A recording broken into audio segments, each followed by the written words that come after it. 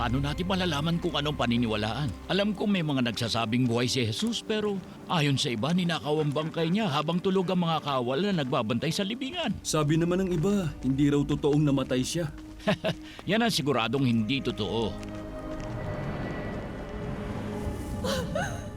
Naroon si Maria Magdalena, katulad ng iba. At ipinaalam nila yun sa mga tagasunod sa Jerusalem.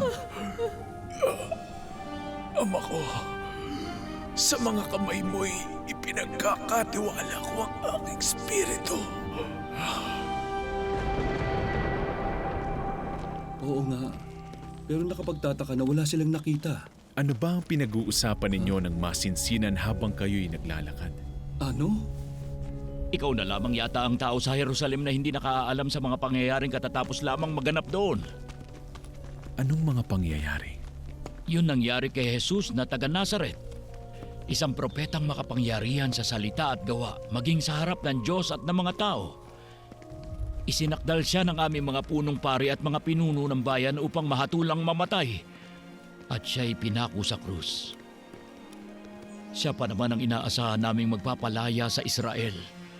3 araw na ngayon mula nung mangyari ito. Sabi nila, wala nang laman ng libingan niya at buhay raw si Jesus. Ngunit hindi namin alam kung totoo.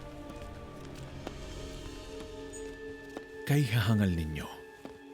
Kay kukupad ninyong maniwala sa lahat ng sinasabi ng mga propeta sa kasulatan.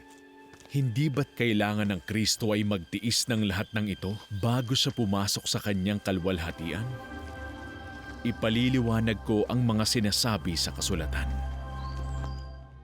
Purihin ka, O Panginoon naming Diyos, Hari ng sandaigdigan, na nagbibigay ng tinapay sa buong sangkalupaan.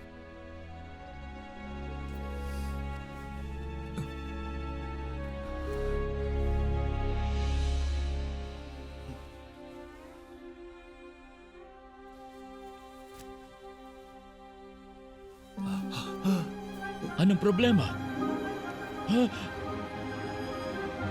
Guro! Kasama natin ang Panginoon! Saan siya nagpunta? Pero nandito lang siya kanina.